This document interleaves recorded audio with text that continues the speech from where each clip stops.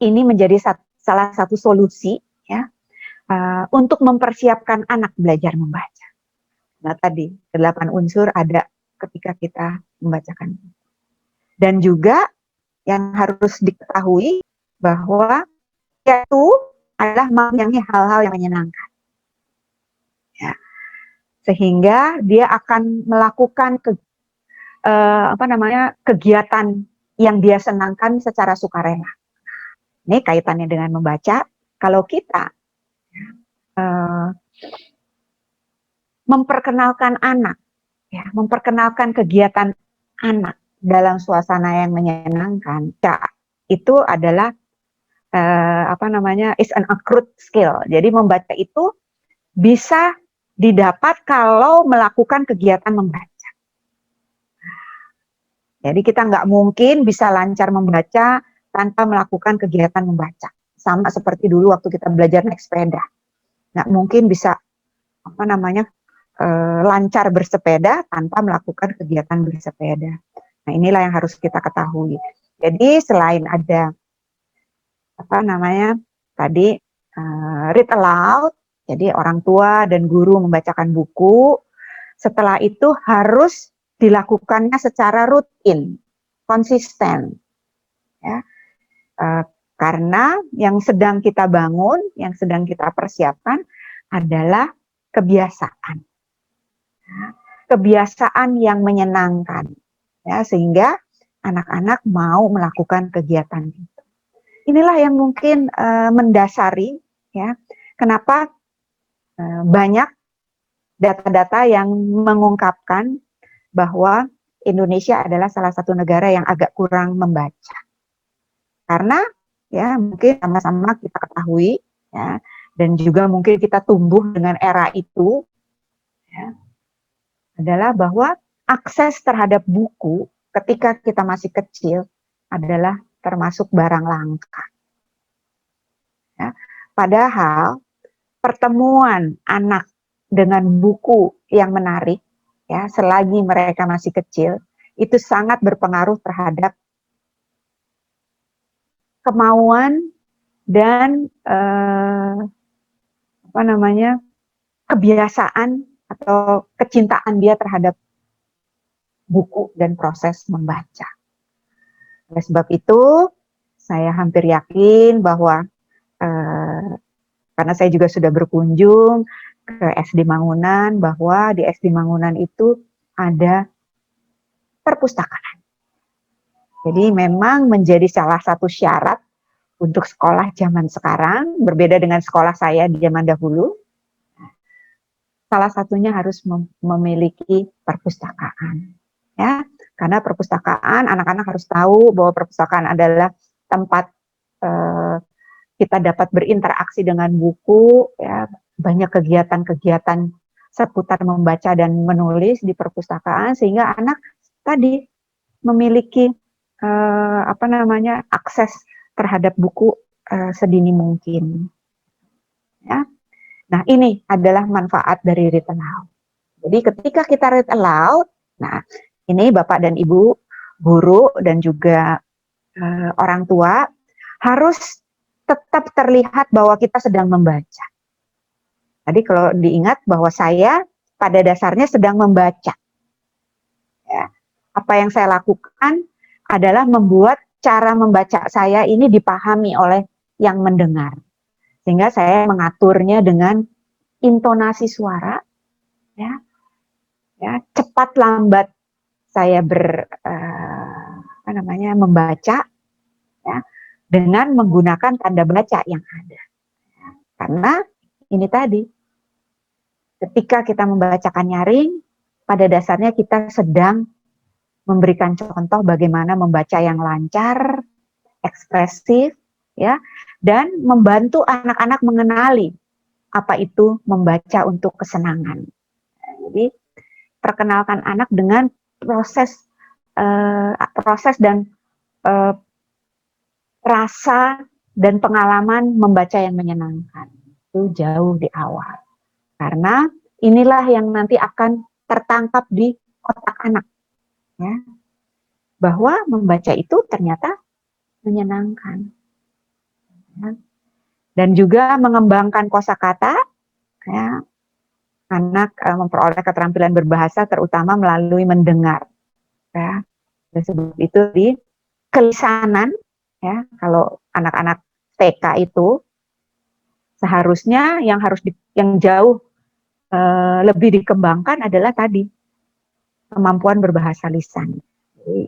Ibu-ibu yang di rumah yang punya anak-anak mulai 2 tahun, 3 tahun, 4 tahun, kembangkanlah kemampuan lisannya. Jadi ya, kemudian read aloud ini memungkinkan anak secara teratur mendengar kata-kata baru dalam konteks yang beragam tergantung dari bukunya.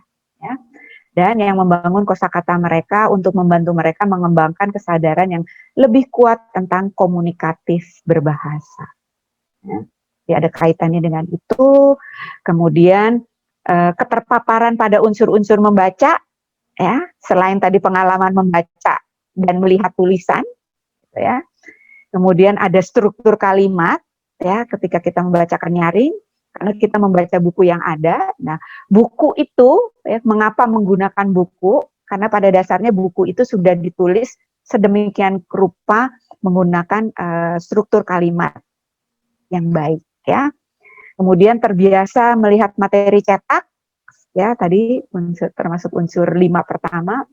Kemudian pengetahuan huruf, kesadaran fonem, ya, anak tidak perlu belajar huruf, tetapi sudah menemukan huruf. Nah, ini kita tinggal bagaimana menunjukkan kepada anak bahwa ada huruf loh di situ, ada bunyi loh di situ. Kemudian membangun hubungan antara kata yang diucapkan dan yang tertulis. Ya, ingat ya bahwa anak-anak yang mungkin guru-guru juga sudah tahu bahwa anak-anak 0 sampai 8 tahun itu ternyata belajar itu menggunakan telinga, ya, termasuk di dalamnya belajar membaca. Ya. Jadi anak-anak ketika mendengar, ya, akan mulai lihat apa yang didengar. Nah, oleh sebab itu penting bahwa ketika kita membacakan nyaring, anak melihat buku yang kita bacakan dan juga kita menunjuk. Nah, ini salah satu kekuatan, ya, untuk membangun, ya, hubungan antara kata dengan yang didengar dengan yang ditulis. Jadi ketika kita membacakan buku, kalau untuk anak-anak yang TK yang sudah mau TK besar yang sudah mau masuk SD, itu kita anak sudah tadi terbangun hubungan antara kata yang diucapkan dengan yang ditulis. Ini adalah awal anak belajar membaca menggunakan telinga sebelum nantinya dia menggunakan mata. Ya. Kemudian meningkatkan rentang perhatian. Nah, ini ternyata ya anak-anak kecil itu ya, sama-sama kita ketahui bahwa attention span-nya atau rentang perhatiannya pendek. Tetapi melalui, ya, anak-anak mendengar, memperhatikan, ya, memperhatikan gambar, teks, ini ternyata meningkatkan rentang perhatian anak, ya, dan juga mengembangkan kognisi. Ya, buku yang ditulis dengan baik, ya, makanya kita yang orang dewasa ini harus selektif dalam memilih buku, ya, sehingga anak-anak bisa berhadapan dengan bahasa yang canggih, ya, yang dapat membangun kemampuan kognisi mereka. Ya. Ketika anak-anak secara teratur dihadapkan pada bahasa canggih, ya, atau literatur yang berkualitas, kosakatanya juga akan itu. Inilah yang membedakan anak yang dibacakan buku dengan anak yang tidak dibacakan buku. Biasanya anak yang dibacakan buku itu kosakatanya ya termasuk di dalamnya adalah kosakata buku yang tidak mungkin dipelajari oleh anak melalui kegiatan lain selain dibacakan buku, ya. Dan juga memberikan cara yang aman untuk mengeksplorasi emosi. Ya, tadi kalau kita lihat bagaimana buku Alika itu ternyata juga memperkenalkan bagaimana emosi, ya. Dan juga memberikan kenikmatan membaca. Inilah yang tadi, ya, manusia itu adalah makhluk yang menyenangi hal-hal yang menyenangkan, termasuk di dalamnya belajar membaca, persiapan membaca harus dilakukan dengan cara yang menyenangkan. Kemudian ada bonusnya kalau suka membacakan buku atau read aloud. Ya. Ada bonding, ya, ada bonding antara anak dengan buku yang tadi dibacakan dan juga antara anak dengan orang yang membacakan buku. Ya, kalau orang tua ya orang tuanya, kalau guru ya gurunya. Ya. Dan juga reading role model. Ketika kita membacakan buku, kita sudah menjadi teladan membaca bagi anak. Ya. Oleh sebab itu, mengapa aktor kedua setelah orang tua adalah guru. Ya. Karena guru itu adalah tokoh yang atau sosok yang memang inspirasi bagi anak-anaknya. Apalagi kalau masih TK dan SD kelas rendah. Ya. Dan apapun yang dikatakan bu guru, ya, apapun yang dilakukan oleh bu guru akan diikuti oleh siswa. Apapun yang dilakukan orang tua akan diikuti oleh anak. Ya, oleh sebab itu, ini nggak fair ya kalau kita hanya menuntut anak untuk gemar membaca, tetapi kita tidak siap menjadi teladan membaca. Melalui kegiatan sederhana tadi, ya ambil buku dan bacain buku, itu kita sudah menjadi teladan bagi anak untuk membaca. Nah, ini tahapan dari membacakan nyaring. Ya. Kelihatannya agak sedikit ribet, tapi ternyata kalau dijalanin nggak seribet itu. Ya. Ternyata kalau kita mau membacakan nyaring, harus lakukan persiapan. Ya. Saya bilang sini ada 4 persiapan. Ya. Kemudian ketika membacakan nyaring, masih ingat tadi waktu saya bacain Rambut Panjang Alika, saya berusaha untuk mengaktifkan background knowledge. Ya, dari mulai rambut, saya menyebutkan rambut panjang, kemudian apa yang ada di dalam buku, ada sayuran. Nah, ini adalah usaha saya untuk membangun background knowledge. Jadi, menghantarkan teman-teman untuk masuk ke dalam buku yang saya bacakan. Kemudian melakukan prediksi-prediksi, ini bisa. Dan juga menyebutkan judul, penulis, dan ilustrator. Kemudian saat read aloud, harus ada interaksi, harus ada dialog dengan anak. Ya. Kemudian setelah read aloud, ajak anak untuk menceritakan kembali, ya, kembali melakukan diskusi dialog baik dari isi buku maupun dialog di luar buku. 4 persiapannya apa saja? Jadi yang pertama, tahu tahapan membaca anak. Kemudian tahu tujuan read aloud-nya untuk apa. Dan tahu bagaimana memilih buku, dan lakukanlah prabaca. Ya. Ini adalah tahapan membaca anak. Ini disusun tahun 2016 dan diluncurkan 2017 oleh Puskurbuk, Pusat Kurikulum dan Perbukuan Kemendikbud, ya, yang berusaha untuk mencocokkan antara tahapan membaca anak dengan buku yang dibacakan oleh anak. Karena penting, buku yang klop, ya, ini tadi tidak membuat anak frustrasi dan tidak juga membuat anak bosan karena cocok. Oleh sebab itu inilah dibuat yang namanya perjenjangan buku. Ya. Jadi dari 0 sampai dewasa itu ada 7 perjenjangan buku. Ya. Membaca, membaca dini, membaca awal, ya, membaca lancar, membaca lanjut, membaca mahir. Jadi ketika kita mau mulai membacakan buku kepada anak, kita melihat, ya, kalau anak TK mungkin ada di membaca dini. Nih ya, perkiraan usia, ini perkiraan karena mungkin ada yang kurang atau ada yang lebih, ya, tergantung dari daerah dan sekolahnya. Kemudian perkiraan kelasnya juga perkiraan, dan juga bukunya. Nah, biasanya kalau anak membaca dini, anak TK itu buku cerita bergambar, termasuk tadi Alika itu bisa dibacakan. Dan juga ukurannya biasanya ukuran normal, gitu. Tapi dianjurkan kalau untuk kelas itu ada yang namanya big book, jadi bukunya besar. Tapi di Indonesia memang tidak terbiasa ada big book. Oleh sebab itu Untuk mempermudah kalau di kelas ya biasanya dianjurkan pakai infocus. Jadi bukunya di save, kemudian tayangkan di infocus. Mungkin perpustakaan Mangun sudah punya ini ya. Kemudian membaca awal. Membaca awal ini adalah SD kelas rendah.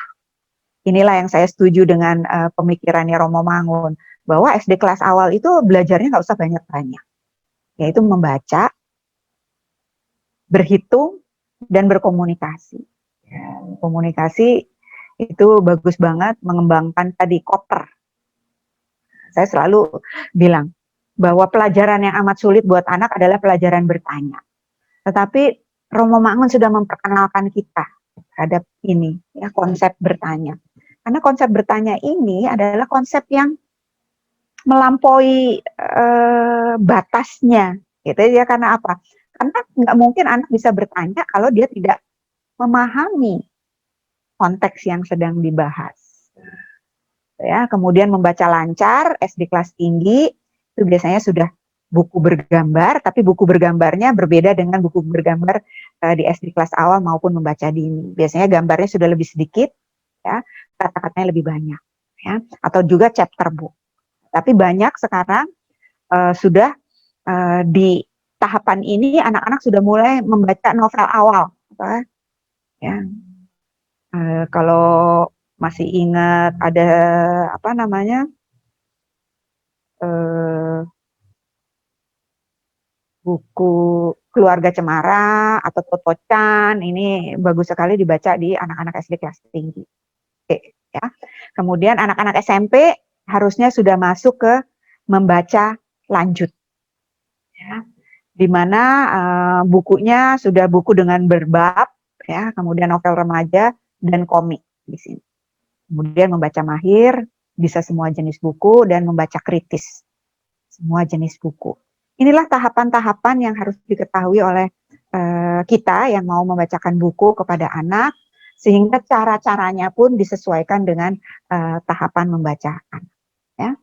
Kemudian memilih buku, ya, memilih buku ini, ya, ada 4 unsur yang saya selalu bahas, bahwa konten atau isinya, ya, keterbacaannya. Jadi karena buku adalah bahasa tulisan, jadi ini harus kita peka terhadap keterbacaannya, dan kegrafikaan, baik secara format buku maupun secara layout buku dan ilustrasi dan genre, gitu ya.